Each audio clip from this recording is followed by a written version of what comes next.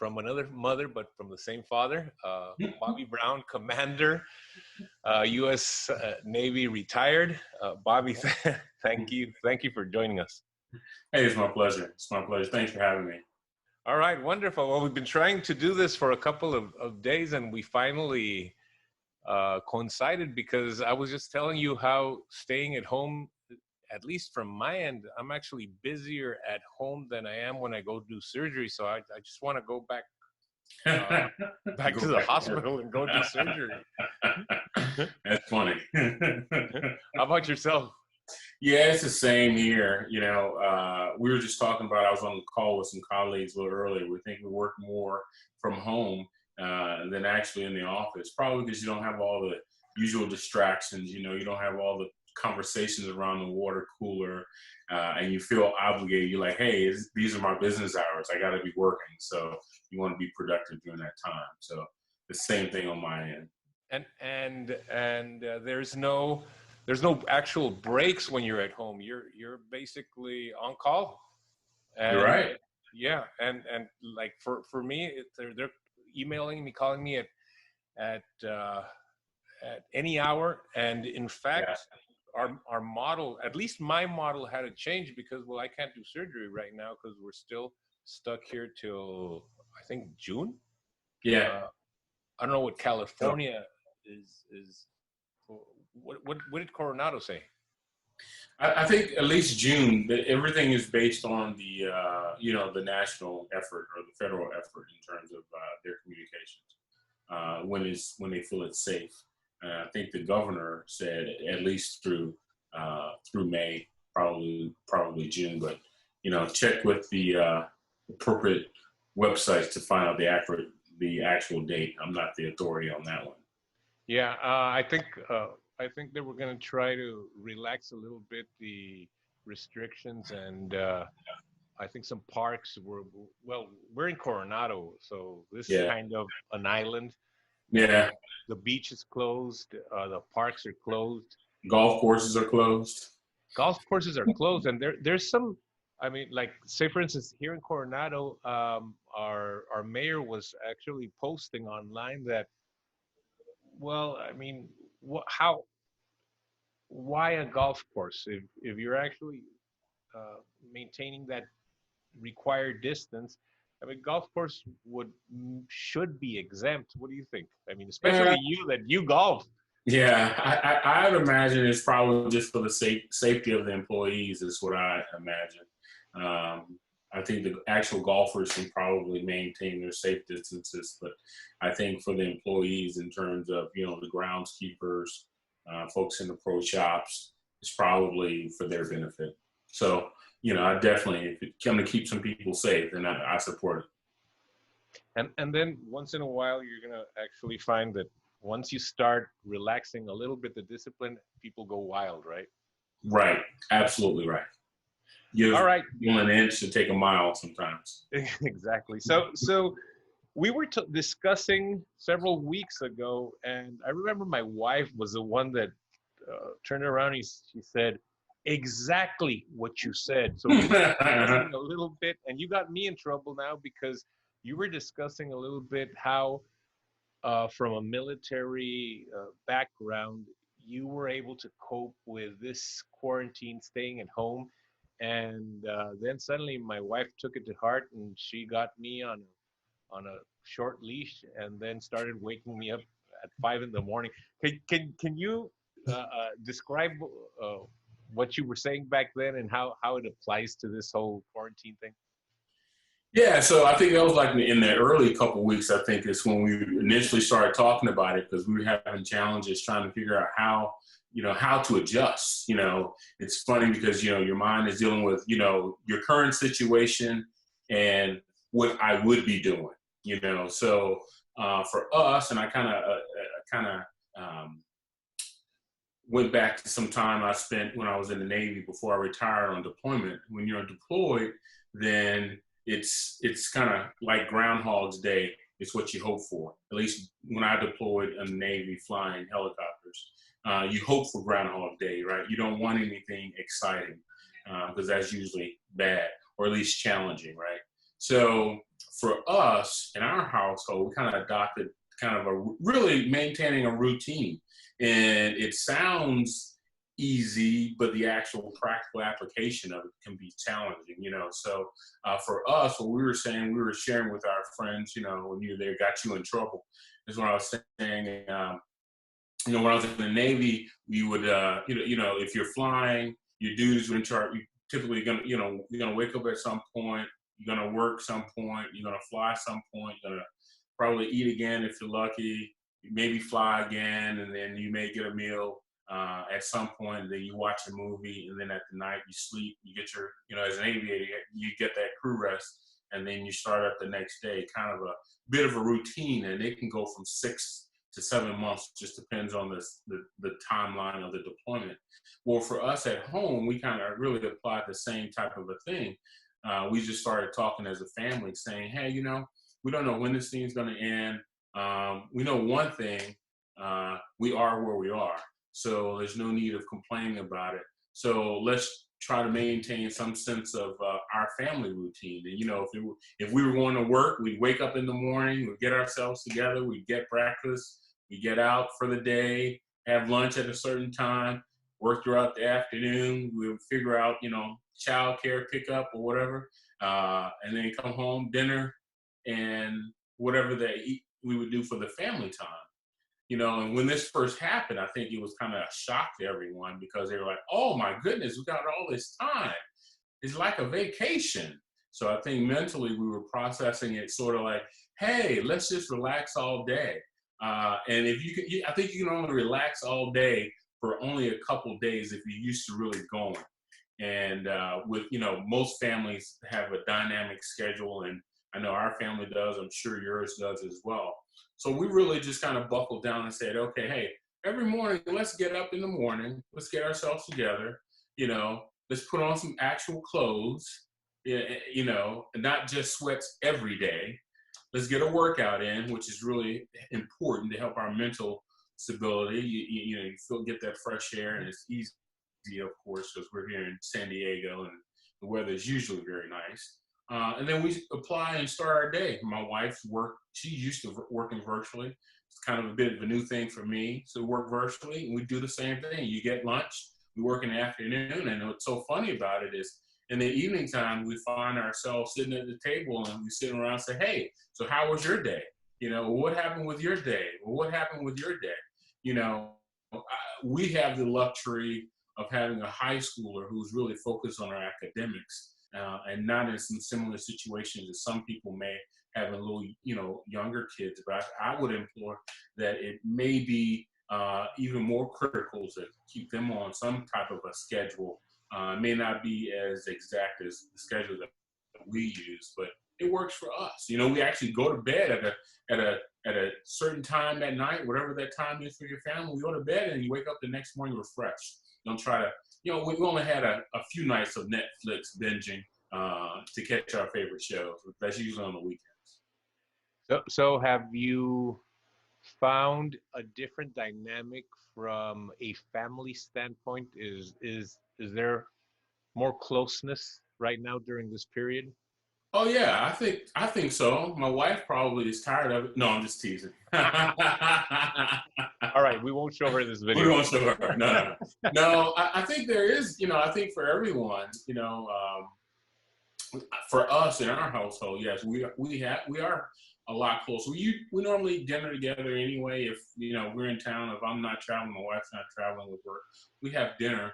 But what I think is was really neat is those conversations and fewer distractions, if you will, because we've really been in the house all day, and then in our own separate space, if you will, and then we come together and it's more meaningful conversation. And we've I set up the front yard for like a CrossFit on the weekends sometimes, and most times, or in the back alley. I have one of those TRX machines, and by the way, I don't get paid for endorsing any of those products. I'm such you look a good, guy. man. You should. I'm about 200 plus, or 250 plus. And I'm afraid to connect it to the house, anything in the house, because I don't want to bring down the house when I start pulling up on it, But there's a telephone pole in the alley I connect to and get my TRX workout in.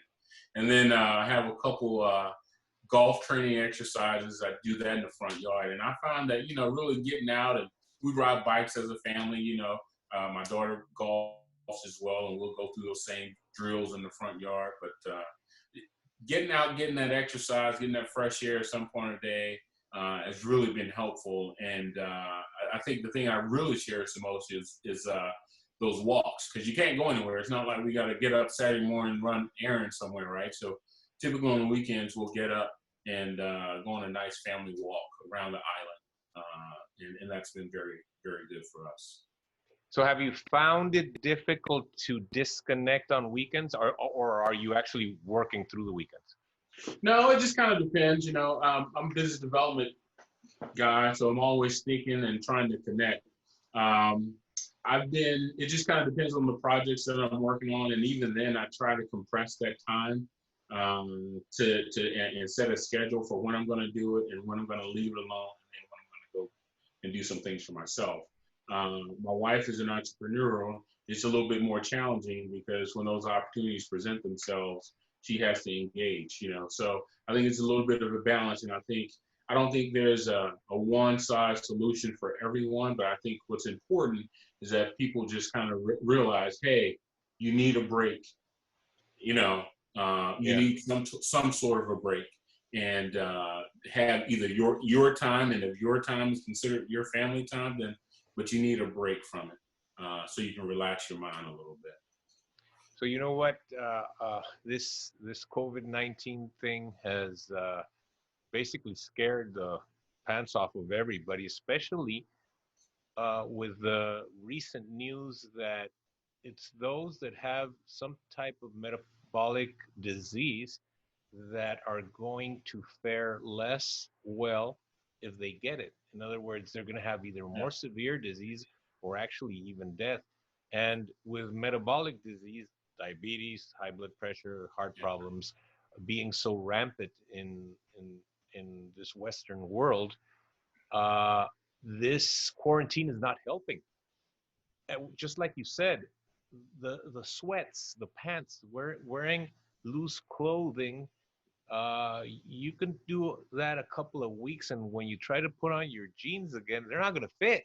Yeah, what I said, if you're always in sweats, you never know when you're gaining weight. Especially if you're snacking all day. Well, and what do you do when you're bored? You either snack, or you drink, or you sleep, but you become inactive. You're consuming either not the ideal food, because also that's the other issue. So you're staying at home, and those that are actually working can have some type of distraction, but again, you're so close to your refrigerator, and unless you're actually on video, on camera, you can wear your pants all day, not dress up. Just like you were saying, there has to be some type of sense of normalcy, of a routine that obligates you to dress up, wash your teeth, take a bath, absolutely, do your normal routine. So with me, one of the things, I mean, obviously everything changed, and now I'm working from home, turned my garage into a studio, and doing a lot of educational videos, webinars to support our followers, our patients. And before we end this webinar, I'm definitely going to just hit you up again on a nice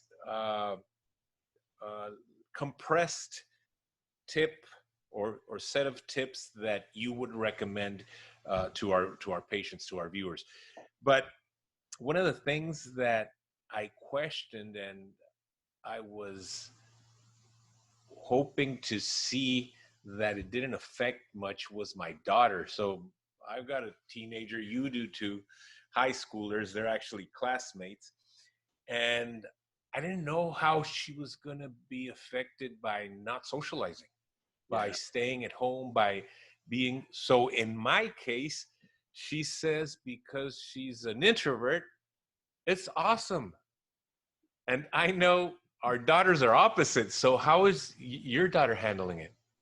I tell you, there aren't any introverts in this house. You know, we're all we are all extroverted. So she's finding it pretty challenging. You know, not necessarily interacting on a daily basis with her friends, but she's had some opportunities to do that social distancing and, you know, riding bikes and visiting.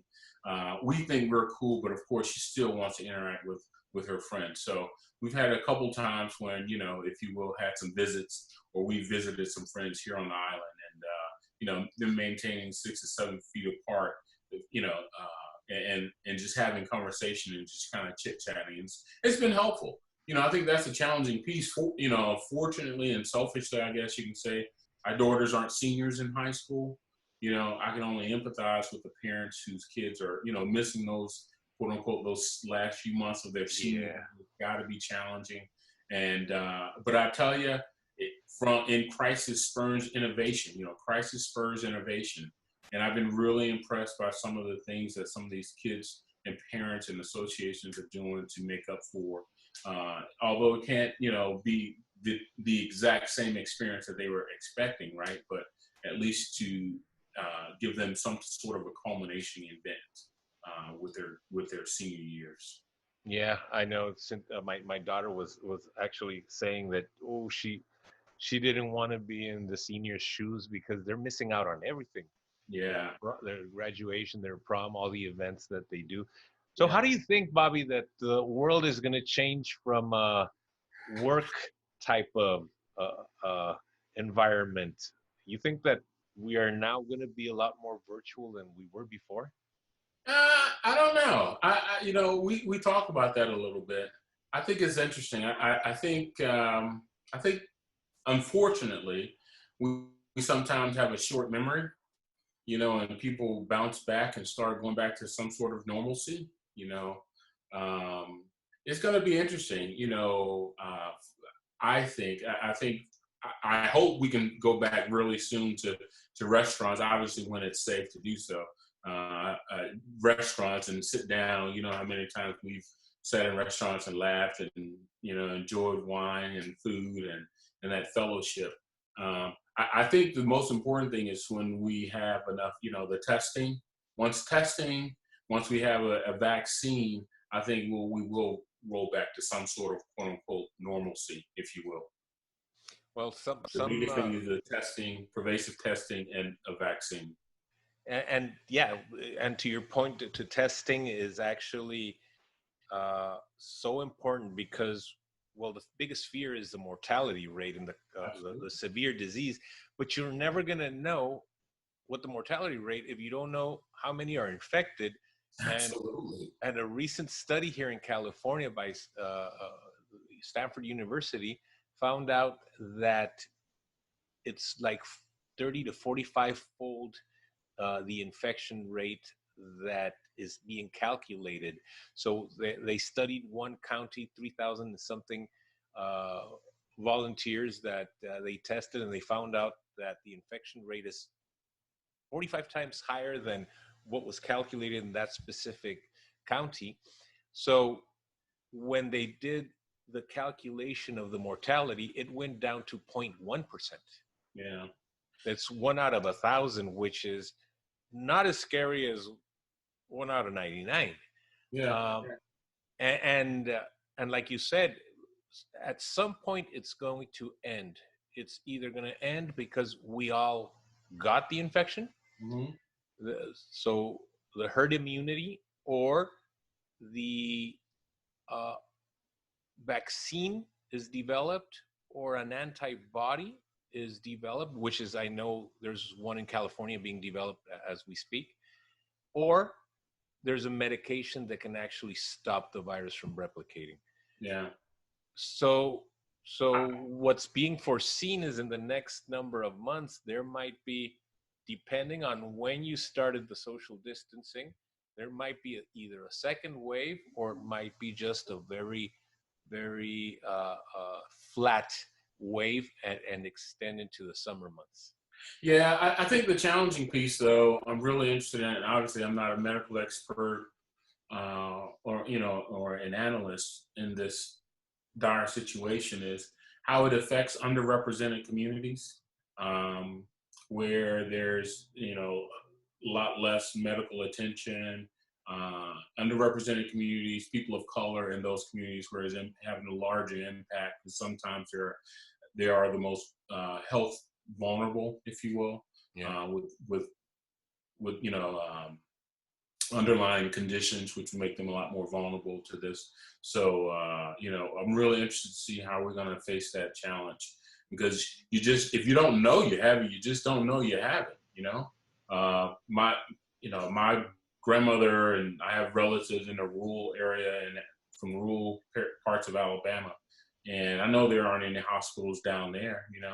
I'm always calling and concerned and trying to find out, hey, what's going on down there? Are people taking it seriously? And sometimes they are, and sometimes they aren't. Yeah, and unfortunately, those that aren't taking seriously are going to hurt the ones that are, and definitely there are communities, and then there are actual different uh, races that are going to be more affected. So African American and Latinos are being more affected, and it can be genetics, but it's mostly the additional diseases that one has. Like I was saying, metabolic disease in both our cultures, our races are rampant. Absolutely. So that's the biggest fear, and then you combine that with age. So I've got my mom and dad at home, and they've got their caregiver, and now the caregiver has to stay home because I don't want her going outside and traveling in the public transportation system and getting infected and bringing it home. Absolutely. Yeah. So tell me, we were talking a little bit before we started that inspiring story that what was your first flight? Oh, my solo flight. I flew the MH-60 Romeo in the Navy. I got about 2,500 hours, and you were asking me about the best flight I ever had. And to understand why it was the best flight, a quick synopsis is I'm originally from Alabama. My grandmother lives in Lowndes County, which is a small township sharecropper community between Selma and Montgomery, Alabama. And we would summer with my grandmother. We lived in Mobile. I grew up pretty much in Mobile, Alabama, but we spent our summers because, my parents didn't have money for a summer camp during that time. You go to grandmother's house. Yeah. But go to grandmother's house, and all the cousins would kind of collect there. And there's a rural community, talking about dirt roads, sharecropping communities. And in order for us to go to town, as we called it, and that was Montgomery, to go to the grocery store or hospital or whatever it was, you had to go up Highway 80. And Highway 80 is important because that's the route that the marchers march from. They cross over the Emmett Pettus Bridge to march from Selma to Montgomery for civil rights movement. Well, we would go down Highway 80, like I said, and my grandmother would tell us stories about the civil rights movement and her interactions, her sometimes challenging interactions with Klansmen and things like that in Alabama, because she was out. They say she doesn't sit down for anyone, right? She wanted to fight for civil rights. Well, as I grew up, she would always tell us about, whatever you dream, you can achieve. Believe in yourself and believe in your dreams. So fast forward, in about the 7th grade, I visited Annapolis, the Naval Academy, and on a class trip from Alabama, we took a bus to Alabama, if you will, and during that time, we visited Annapolis, and I got a chance to visit the Naval Academy. I stood there and watched about 4,000 midshipmen in white uniforms parade into Bancroft Hall, as we call it, for lunch. And I knew just at that moment that I wanted to go to the Naval Academy. And I wanted to be an aviator, naval aviator. And I figured that out once I watched, Top Gun. Everybody wanted to fly. at that point, right? So fast forward, I was fortunate enough to go to the academy. I selected naval aviation, and I got to fly a helicopter. So our first solo flight in the helicopter, we were going flying from Pensacola to Atlanta, and we had to stop for gas. So we ended up stopping in Montgomery.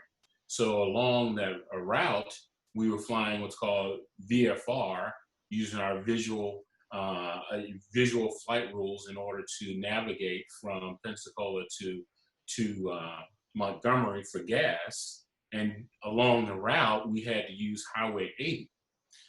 And Highway 80 was the same route that we used to take as a kid, and I used to talk to my grandmother about Highway 80, the civil rights marches, a lot of the same cotton fields that she picked cotton in was along Highway 80.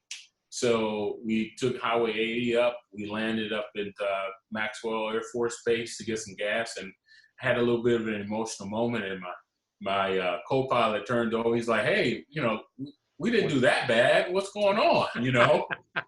And I just had to, just tell him a little bit of story about myself, my upbringing, and how important that flight was for me to live out my dream, to be the manifestation of the things my grandmother had fought for and other people had fought for during the civil rights movement, that me accomplishing my dream of being able to be a naval aviator. So that's my story, and that was my favorite flight in the Navy, having that opportunity to fly over those same cotton fields that my grandmother and parents labored in when they were growing up. Wow, God-sent moment, right? It really was. Well, I mean, you have that dream, which is incredible, man. And then you had the other dream you were talking about. You said every naval, because of Top Gun, naval aviators want to be in. Tell me about Top Gun, man. You ended up on Top Gun. Well, we won't go into those details, but Top Gun is pretty cool, and Top Gun 2, unfortunately, it's been pushed back, and I'm really looking forward to seeing it. It should be. They filmed it right here in North Island, and it should be pretty great experience. Yeah, it's gonna be great trying to. Maybe you're gonna have a look-alike on that movie. It would be nice. We'll see.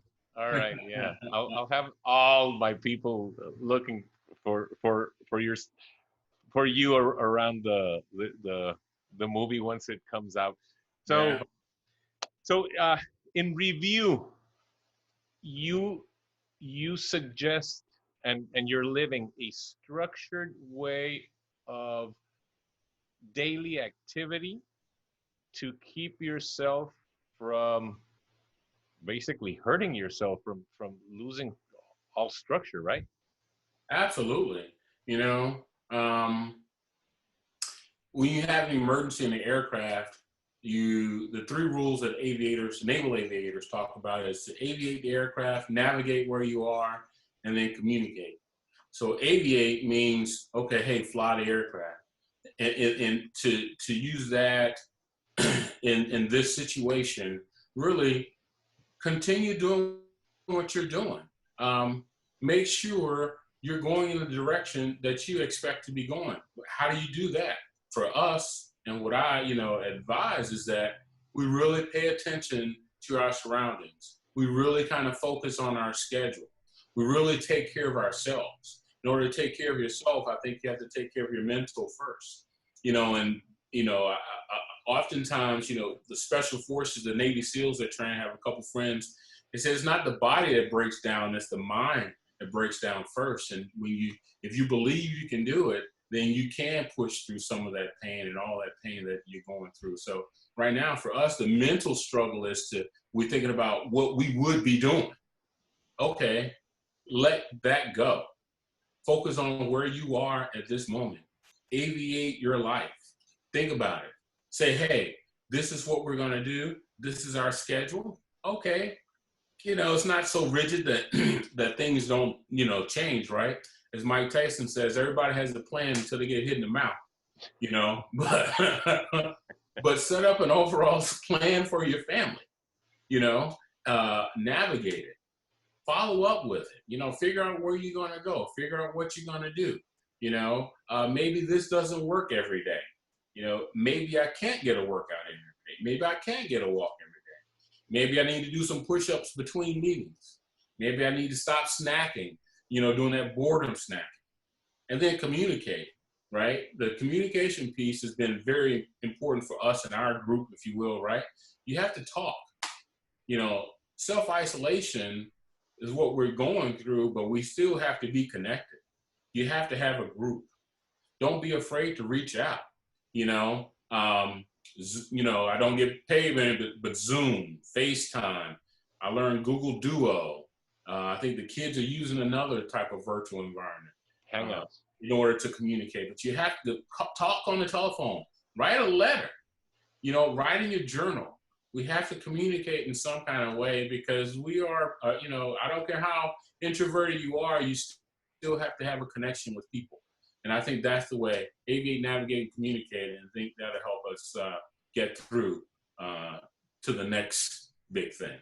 That is awesome, man. I'm gonna write a little blog about it and invite you to help me add to it because it's really simple. It's 3 steps, right? Aviate, navigate, and communicate. That's it. That means I can fly now? Maybe not so much. So virtually. What's the model of that helicopter you let me sit down on? Oh, the 60 Romeo, the helicopter. That thing's gorgeous, man. Thank you. Yeah, it's a nice bird. I got to find a picture somewhere. Yeah. All right. Well, we're out of time, Bobby, but you know what? I appreciate this so much because this really helps people find structure in their day, which then keeps them physically sane and mentally sane. Absolutely. Because there's a lot of people suffering out there. And the truth right now is that we don't want the majority of people suffering. We actually want the majority of people actually finding their center, their balance, so they can help the others that are in need. And sometimes it's physical need. It's not just the emotional need or the mental need. The physical need is the one that really hurts. Absolutely. One more thing I'll add on that is, we can't assume that everyone is going through the same challenges that we're going through. I have a family, I hosted some things for some colleagues, and there are some single people, and they didn't necessarily have a family, which means they're not having those conversations. So I think we have to be deliberate in our attempt to reach out and connect with everyone. If nothing else, to say, hey, just thinking about you, making sure you're doing okay, right? And if there's some acts of kindness that you feel, a notion to get out and volunteer or help, then go ahead and do that. But at least reach out and try to connect with someone because together we will definitely get through this. Yeah, I think the tip that has helped me out a lot is if I think of someone, I immediately actually communicate and Absolutely. Either call them or email them, because then you start accumulating a huge list and you're never going to do it. So you got to take action. Yeah, this is times for action. So hopefully we'll be out of this soon. But in the meantime, I want to thank all the viewers for watching our programming, our webinar series called Stay Home, Stay Healthy. So thank you again for watching. Please stay home. Keep yourself to these 3 tips. Bobby Brown, thank you for coming on the program with us. And until next time, stay home, stay healthy, and God bless.